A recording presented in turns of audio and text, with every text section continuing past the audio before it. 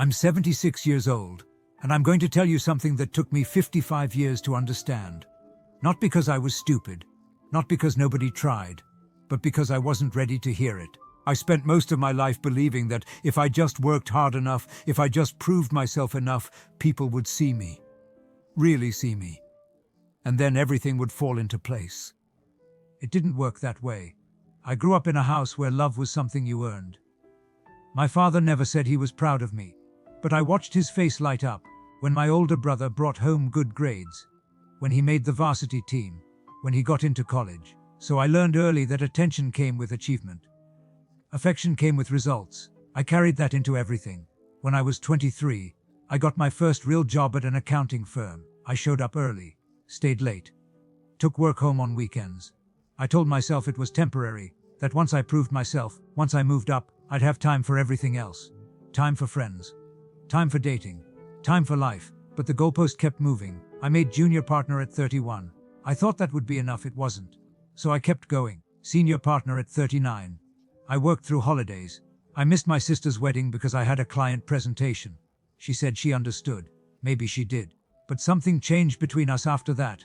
Something quiet I didn't notice until years later when we barely spoke anymore. I met my wife, Catherine, when I was 34. She was a school teacher.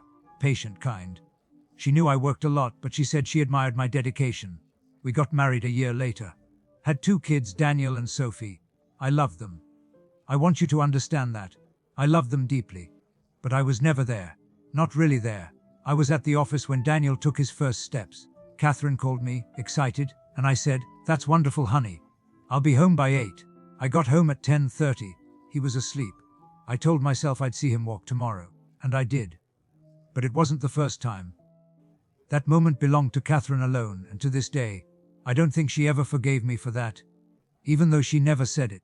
Sophie had a ballet recital when she was 7. I promised I'd be there. I had it marked on my calendar. But a client meeting ran long, and I made a choice. I told myself she was young. There would be other recitals. There were. I missed 4 more. When she was 16, she stopped inviting me. The thing about time is that it doesn't announce itself when it's running out. There's no alarm that goes off saying, "This is your last chance to show up." You just keep thinking you'll make it up later. You'll make it to the next one. You'll be there when it really matters. But every moment matters. That's what I didn't understand. I thought the big moments were what counted. Graduations, weddings, major milestones. I showed up for those. I have the photos. But I missed thousands of small moments. Dinners where they tried to tell me about their day. Bedtime stories. Saturday mornings. The space where love actually lives. Catherine stopped waiting up for me sometime in our 15th year of marriage. I didn't notice exactly when. It just became normal to come home to a dark house. To slip into bed beside someone who'd learned to fall asleep without me. We didn't fight much. That's what people don't tell you. Sometimes marriages don't end in arguments. They end in silence. In 2 people living parallel lives under the same roof, both too tired or too resigned to bridge the gap. She died 4 years ago. Heart attack. Sudden. I was at the office when it happened. Daniel called me. I heard his voice crack when he said, "Dad, it's Mom." And I knew. Before he even said it, I knew. I drove to the hospital thinking about all the conversations we'd postponed. All the trips we'd planned for. When things slowed down. All the mornings I'd left before she woke up and came home after she'd gone to bed. I held her hand in that hospital room, and it was cold. And I realized I couldn't remember the last time I'd held it when she was alive. Really held it. Not just touched it in passing. The funeral was large. People said beautiful things. They talked about what a good mother she was, what a devoted teacher. I stood there and realized most of what they knew about her life. I didn't know, because I hadn't been paying attention. After she died, I tried to get closer to my kids. Daniel lives 2 states away. He's polite when we talk. Cordial. We have lunch when he visits for holidays.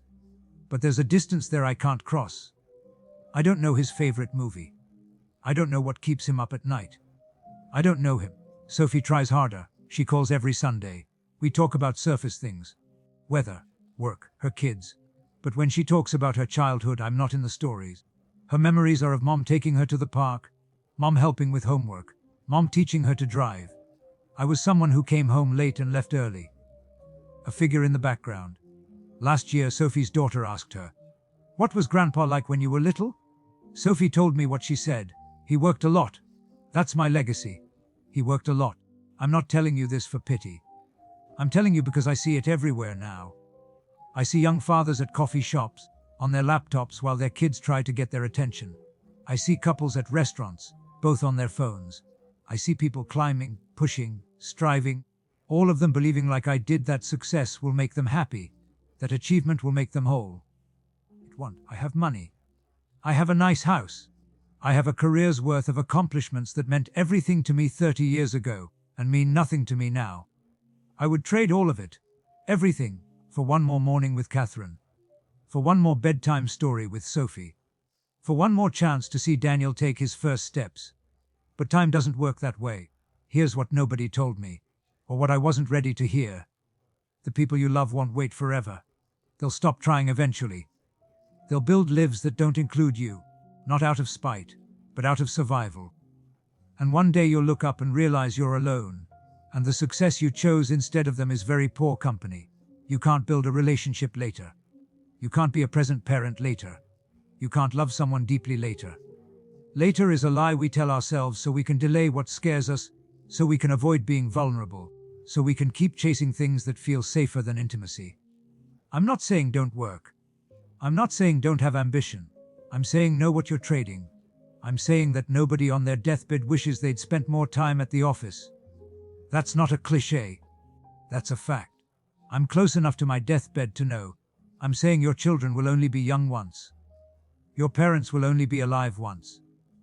The people who love you now won't necessarily love you forever, if you keep making them prove their loyalty by waiting. I'm saying that presence is a gift you give that can't be bought back. I wish I'd known that at 30, at 40, at 50. But I thought I had time. I thought I was building something for them. I thought they'd understand. They did understand. That's the worst part. They understood I'd made my choice. I sit in this house now, and it's quiet. So quiet. I have my memories, the few I was present for. I have my regrets, which are plentiful. And I have this remaining time, which grows shorter every day. If you're younger than me, if you still have people who are waiting for you to come home, to look up from your phone, to ask them how they're really doing, please hear this. Go to them now, not later. Not when the project is finished, or the promotion comes through, or the bank account looks better. Now, because later might not come, and even if it does, they might not be there anymore. Not in the way you need them to be. I'm 76 years old, and I spent 55 years learning the hardest lesson of my life. I'm telling you now because you still have time. Don't waste it the way I did.